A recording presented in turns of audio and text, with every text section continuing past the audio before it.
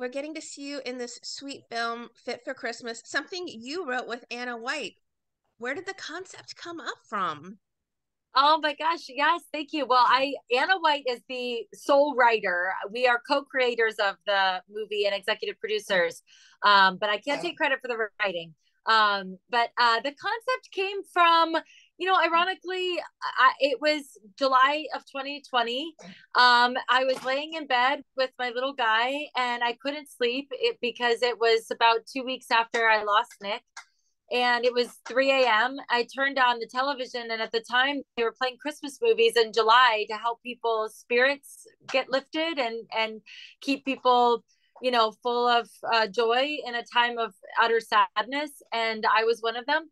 And so I was laying in bed watching this movie with Elvis, and we were cuddled up, and just I thought of this idea. I thought about how I've never seen a movie about Christmas with a fitness instructor and her business, and bringing fitness into the holidays, and that's such part of my life that I was like, wait a second, how come this has never been done? And what do you do when something's never been done? You try to do it. So that's what I did.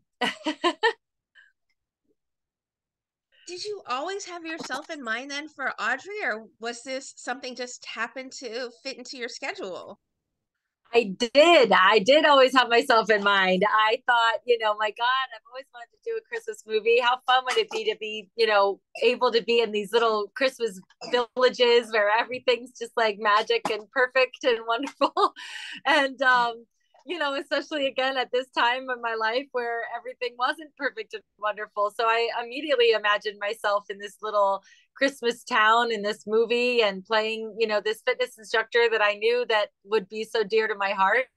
So I did. And I still can't believe CBS bought the movie and then allowed me to do this, because I knew that I had acting experience, and I knew that, my years on Broadway and my training, that I had done that before, but they had never seen me in that capacity. And to that truth, I had actually never done this capacity. I'd never been a star in anything, let alone a movie. So they took a huge chance on me. I took a huge chance on my own ability, and they let me do it. And I still can't believe they did. Well, I find Paul Green so charming as Griffin. How did he become a part of the project? He's like the perfect counterpart. He's goofy and he's like sneaking into the video trying to like one he's just super cute, and you guys have such great chemistry on this. Oh, thank you so much. I love Paul Green so much. I feel so lucky that he was my first male co-star, because he was so fun and funny and generous and easy to work with. We just had a blast every day on set. It's tricky trying to find somebody for these movies because they need to be Canadian. We were shooting in Vancouver, and luckily Paul is all of those things. So he was one of a handful of people that I interviewed, and I just loved the guy so much. And so we were thrilled when he said yes and offered we offered him the job, and it was just wonderful. I mean, I can't even tell you how easy he made every day. And we never really even felt like we were acting, because we were just having so much fun together when the cameras were rolling, that when they were yelled cut or that they got it, we were like, wait, can't we do it again, just because we're having so much fun. I keep saying it, but he was a Christmas blessing. He really was. Was there much room then for you to improv, since you had fleshed out this character with Anna so much during shooting? Did you guys allow a little bit of that, especially since Paul is so humorous and light with his work as well? Yes. Well, I think the greatest thing was because Anna and I had been working on this for 2 years and really flushed out this character. It gave me so much freedom in improvising with her because I knew her so well. There is a part of Audrey that is me, but then I think throughout the years of and 2 years of working on this movie concept, I felt like I got on set and I wasn't really even nervous because I knew her so well. And then you throw in Paul, who is like or was on this movie so free and so silly and improving a lot that then I was like, oh, okay, well then like, yeah, let's just improv and have a blast and stick to script, but also do takes where we didn't. And it was really, really fun. Often Christmas movies are shot during the summer. Was that a surprise to you? And what was it like for you to be in all those long layers during the summertime weather? I think I was the only person on set that did not mind being in layers and puffy coats in the middle of August. I was so happy to be there, Jamie, that I don't even think I ever complained about how hot it was because I just felt like I literally every day felt like pinch me. I can't believe I'm here. I can't believe I'm doing this. I'm having the time of my life. I can't believe this thing that I thought of in my mind in bed one night in July is actually now materialized in front of me. It never bothered me. It was hot. I was sweating. I didn't care. It was so much fun. There's so many sweet and magical and memorable moments from this movie. Was there a particular scene that you found more challenging to shoot, or one that just really holds a special place in your heart because it turned out so well from page to screen? Mm. Yeah, there's this scene that Paul and I it's two scenes, but it in the movie blends into each other.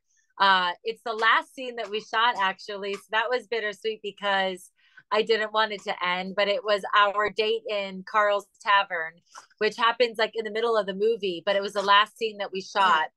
And then it leads into we're back at home at my dad's house and we're sitting by the fireplace on the floor and we're kind of just for the first time you see Audrey and Griffin kind of getting along and you kind of start to see their connection forming. Those two scenes were really special to me. They felt here comes Elvis. They felt very connected to I felt very connected to Paul and it literally just felt like we were on a date. Like we weren't even filming a movie. It just felt so comfortable and fun. You want to say hi? No. Hi, big boy. Back to toys. Back to monster trucks. This is such a sweet film. I think it's going to become a quick fan favorite for people who are in love with holiday films. What do you He brought you a gift. He brought me a monster truck. Boys and their toys. Yes. Hi, sweetie. Hey. He is Is he also in the movie. Elvis also makes an appearance in Fit for Christmas. Oh, that's so sweet. Elvis, did you have fun? Did you have fun in filming Mommy's movie? Yeah. Yes. What do you think it is about Fit for Christmas that's just going to make it a quick fan favorite holiday rotational viewing? I think this movie is just so special. I think it really just makes you feel good. It brings you smiles. It reminds you to move your body and enjoy fitness during this holiday season, which, like I said, was yet to be filmed on these kinds of movies.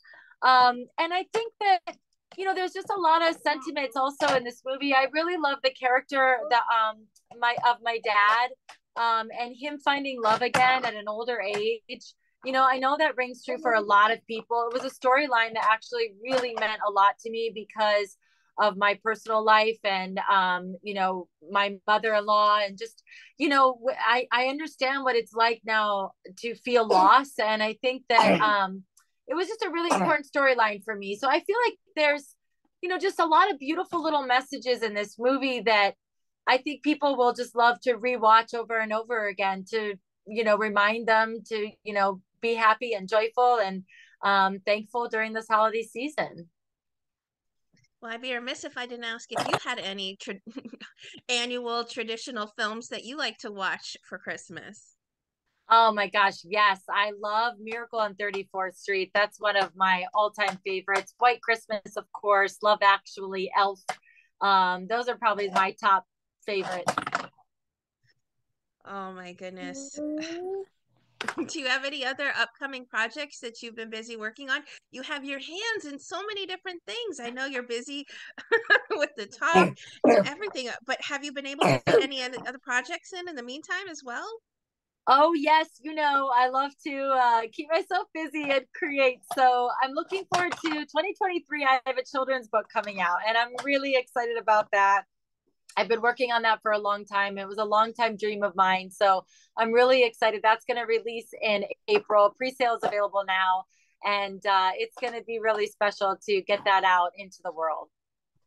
Oh, I'm sure that means so much to you uh, as well. Any plans to return to Broadway or the stage in the near future?